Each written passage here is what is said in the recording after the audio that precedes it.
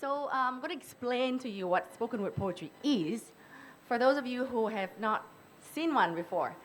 So it is very vulnerable to perform spoken word poetry because it is like standing in the crossroad with your diary open and tell people like, yo, strangers who I've never met before in my life, you want to read my deepest, darkest secrets? I wrote them when I were depressed. And while you're reading, try to appreciate the rhythm and the pacing, because I worked on it. No, but in all seriousness, I love this art form, spoken word poetry, because it allowed me to connect with you very deeply through words. Even though after reading my words, you probably think, damn, this girl needs therapy, which I do. I do need therapy. So tonight, what I have for you is a set of just 3 poems. We are going to go through epic tales of dragons and castle to heartbreaks and breakthrough. And hopefully, at the end, if I'm lucky, we'll land at a beautiful, imperfect exhale. We'll see how we do. But think of this like emotional Pilates. The only thing is nobody's getting abs, right? No abs. Just hard work and try to listen and try to understand what this girl is saying.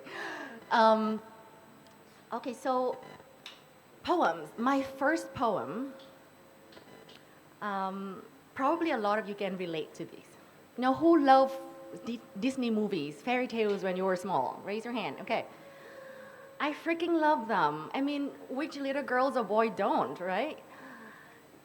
Those tale of heroes and castles and dragons, all those good stuff.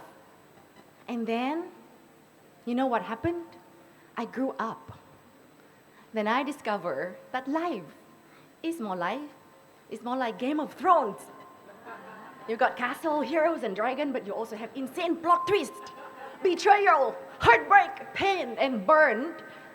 Not by dragon's breath, but more from off his burnout, if you know what I mean. Burn.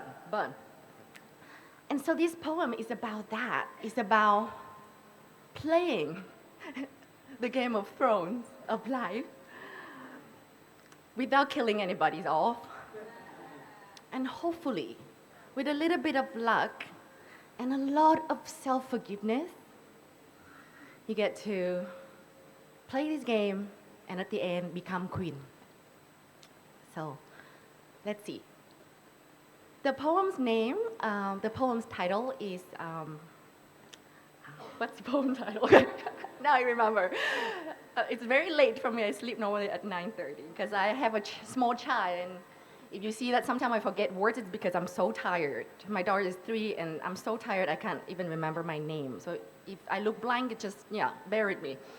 So my first poem is titled, The Hero You've Been Waiting For.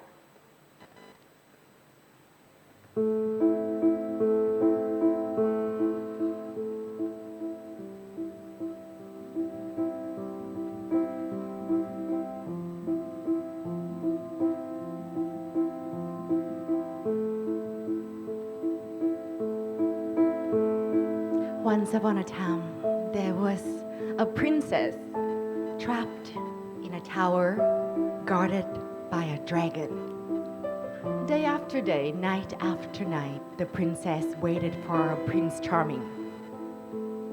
The Prince Charming will rescue her so she'll never be afraid. He'll rescue her so she'll never be alone. He'll rescue her into a happily ever after. That was the only thing she ever wanted. And so she waited and waited and waited some more until one midnight.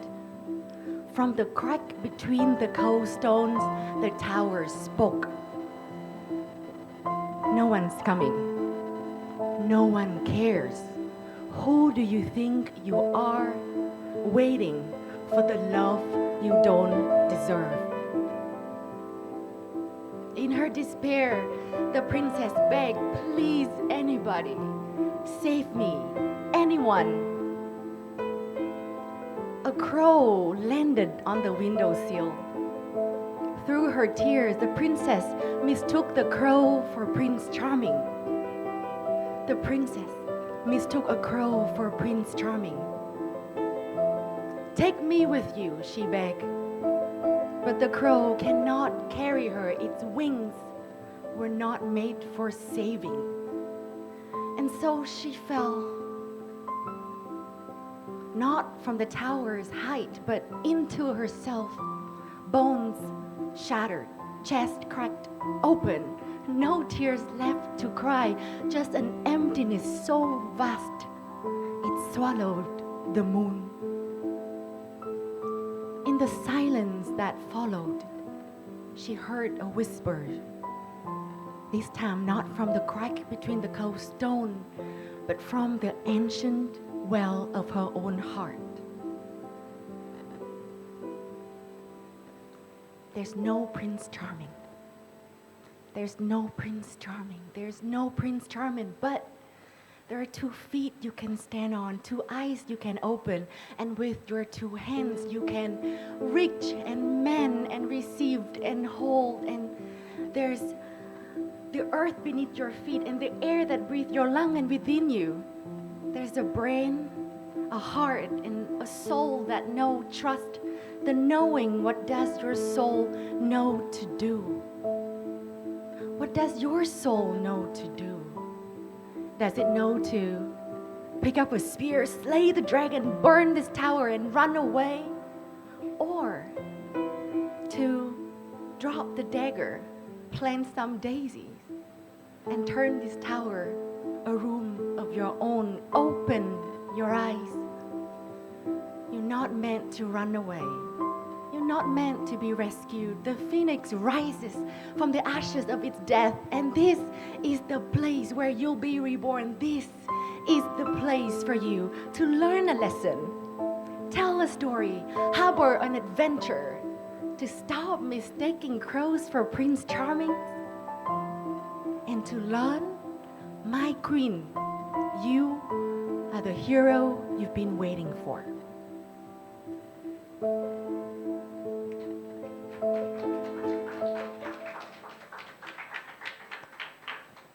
Thank you. You're such a beautiful audience. So basically, the next time, if a crow fly into your bedroom and offer you a booty call at 2 a.m.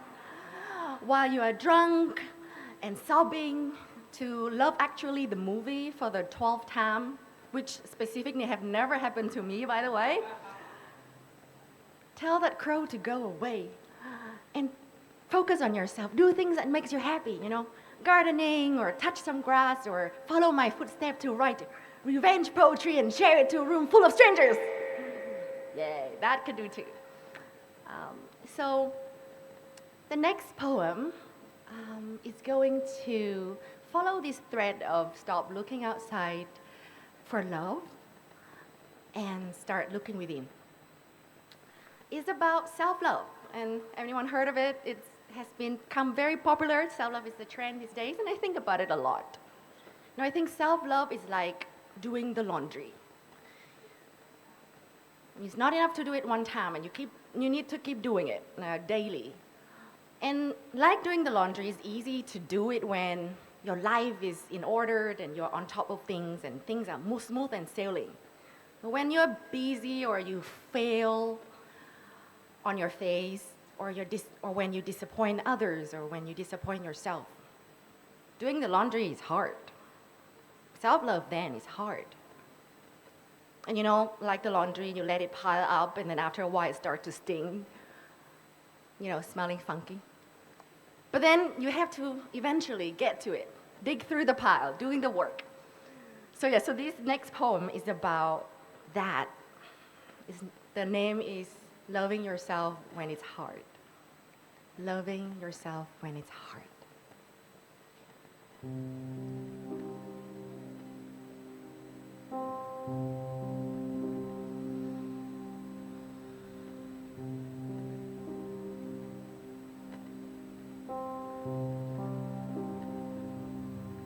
One morning, I woke with an ache, a bruise that pulls in my rib cage from a wound that needed no name. I let myself sleep until noon, my limbs wrapped tight in my blanket, like a wet moth, unsure it could ever fly. I had learned to be soft to myself when things get hard, to write in my journal. Even though today feels heavy, there will be still tomorrow. Even though it hurts, pain is proof that I am alive. Even though darkness feels endless, it still carves light into the hollows of my soul. If you are suffering too, I want to let you know that it's okay to suffer. That you don't have to be happy to be good. That it is enough to sit in the shadow, to make room for the ache.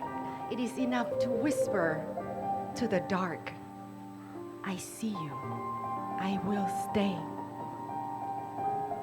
Because love doesn't come in rings or roses, but in the hands you place on your rib, patting gently when pain hangs heavy. Because the love that saves you is the love you give yourself when your heart feels split in two, and when all you can do is cradle it in your bare hands and whisper, it's okay, it's okay.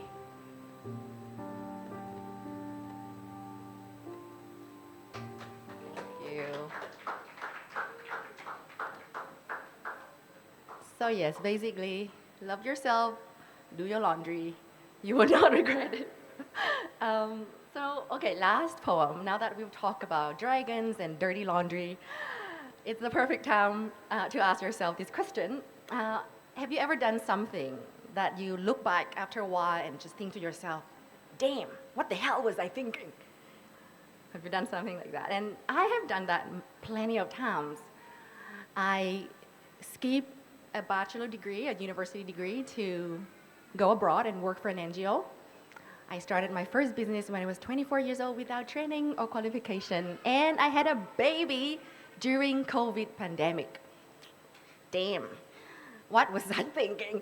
And hold on, I lost my line because I have a baby and my brain has shrunk. When I look back actually, and by the way, I'm not miserable, I live a very full life that I'm proud of. And when I look back, I saw those actions they were stupid and reckless and so brave, and I feel so proud of myself. So this final poem is for any one of you who dared to start something, to follow your heart, to chase it to the edge, even when you're not ready, even when you are imperfect. And I think even if that is something that you've not done before, there's a part of you who can do that. So this poem is for that part in all of us. The name is Anthem for the Imperfect.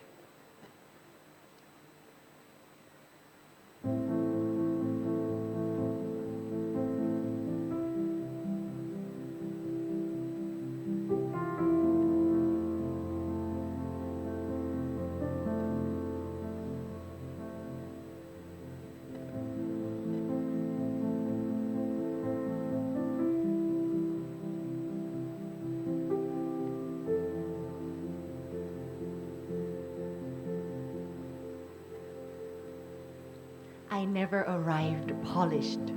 Not the kind of girl who moved like a jaguar, slick and sure in every step. I came stumbling, hands uncertain, a traveler who wore her fear like bracelets, each one clinking as I walk, finding my way by starlight. They call it weakness, this heart of mine. So big and tender, it bruised beneath its own weight. But in that softness, I find still a quiet, unyielding strength, like that stubborn grass that breaks through concrete. I am unfinished, unravel, raw, an anthem for the imperfect, the one who push their boats out to sea even when the world say not enough. And maybe,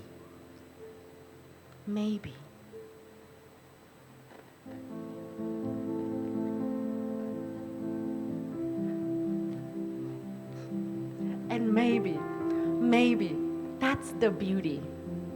The life woven through the cracks, the gaps where the light sinks through, a path marked by courage, by faith. That the story was never meant to be sure or smooth, but fiercely, imperfectly whole.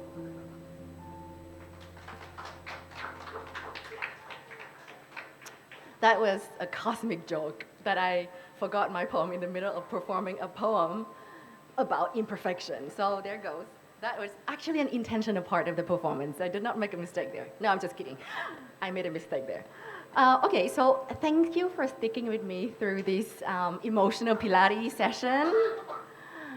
If there's one thing I would love for you to take with you, is this. You don't have to be perfect to be enough. And it's enough to just stumble forward. And so off you go. And now if you excuse me, I have to grab my dragon and ride to my next therapy session.